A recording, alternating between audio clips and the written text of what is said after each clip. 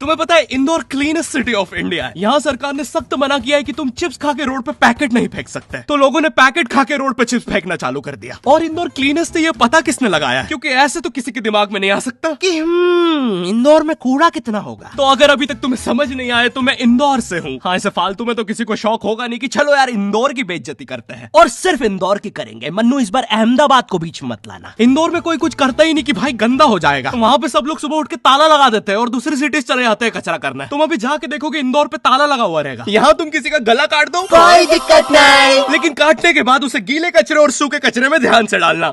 400 लोगों को टपका दिया, 300 बच्चों को उठवाया, 5 बवासीर वाले अंकलों को पिटवाया। आज तक मुझे कोई पकड़ नहीं पाया, तुमने कैसे पकड़ा?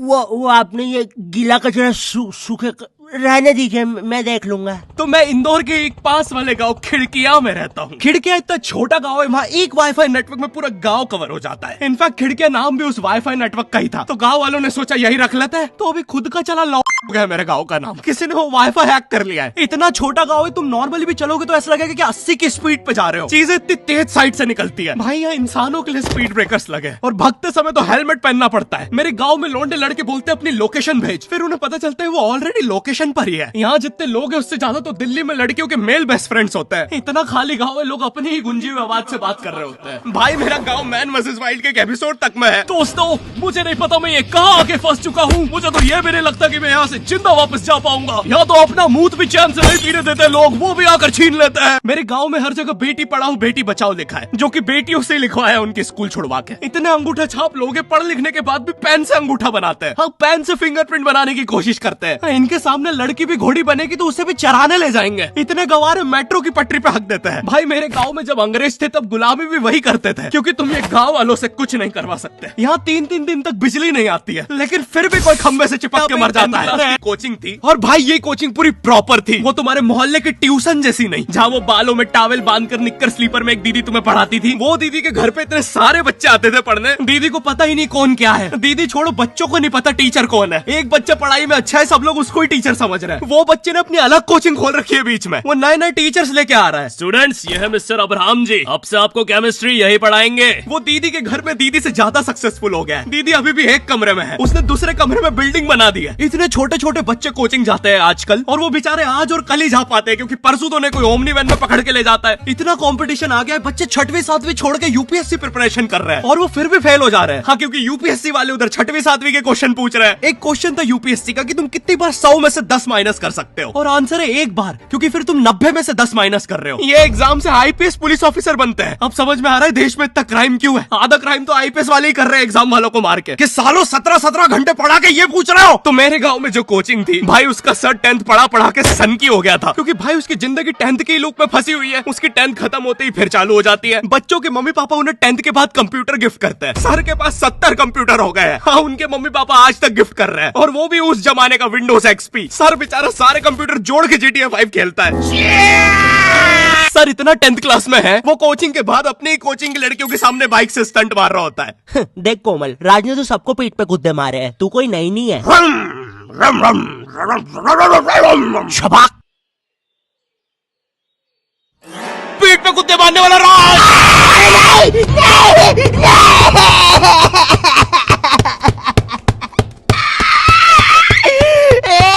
मेरी कोचिंग के बाहर हर साल एक बड़ा सा बैनर लगता था, उस पे जिस बच्चे के 90% बनते हैं उसकी बड़ी सी फोटो लगती है, और जिसके 60% बने हैं वो बड़ी सी फोटो लगा रहा होता था। वो 60% वाले बच्चे की इतनी सी फोटो आती है कोने में, वो भी खिल्ली से कूटी हुई। हाँ, बैनर के बाकी कोनों को ग्लू से चिपकाया है, बस इसकी फोटो पे खूंटा ठोक रखा है। और हर कोचिंग में ना एक पैटर्न जरूर होता है कि आगे वाले बच्चे का तो कंफर्म है, वो तो टॉप करेगा ही करेगा। उसकी तो हाथों की रकीलों तक में 96% बना है। मुझे दिखाया उसने, मैं डर गया, बाद में ट्यूमर निकला वो। भाई तू इलाज करवा ले यार अपना। चलता है तू मुझसे। कोचिंग में पीछे एक बच्चा पिट रहा है। फिर आते हैं हमारे बोर्ड एग्जाम्स। बोर्ड एग्जाम्स मिलते हैं हमें डिफरेंट सेंटर। प्राइवेट स्कूल के बच्चे जाते हैं गवर्नमेंट स्कूल में, और गवर्नमेंट स्कूल के बच्चे जाते हैं प्राइवेट स्कूल में। और भाई बहुत डिफरेंस होता है इन दोनों स्कूल में। प्राइवेट स्कूल के बच्चे बोलते हैं हमारे स्कूल के नीचे कब्रिस्तान है। गवर्नमेंट स्कूल के बच्चे बोलते हैं कब्रिस्तान के नीचे हमारी स्कूल है। गवर्नमेंट स्कूल की बेंचेस हमेशा हिलती रहती है। वहाँ के बच्चों के बुंड का बैलेंस ही वही हो चुका है। उनको तुम नॉर्मल बेंच पे बिठाओ, वो उस पे भी हिलता रहता है। और भाई यहाँ की टॉयलेट, ये बस टॉयलेट के लिए यूज नहीं होता है। अरे तुझे श्रेया का नंबर याद है क्या? चल मेरे साथ। कहाँ? अरे बाबा यहाँ तुझे किसी भी लड़की का नंबर मिल जाएगा। श्रेया अग्रवाल, श्रेया बंसल, श्रेया शर्मा, श्रेया राजा ने मिल गया। अरे लेकिन ये तो बंद है। अरे तो टेंशन की क्या बात है, इधर आइए ना, इधर बाकी नंबर भी है, चेक करिए। श्रेया जियो, श्रेया एयरटेल, श्रेया आइडिया। हेलो श्रेया। हाँ बोल।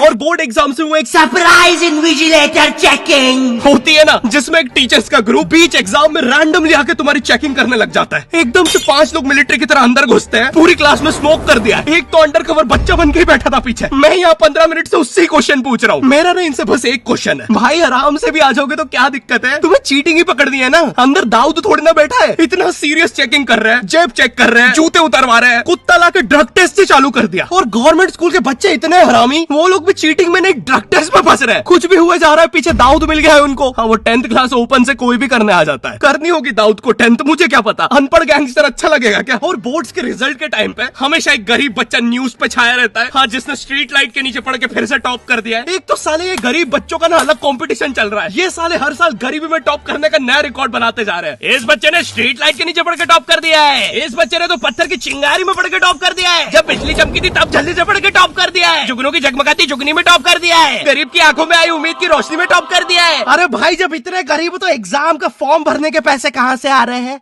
अब इसकी जो जल रही है उसमें भी पढ़ के टॉप कर दिया है।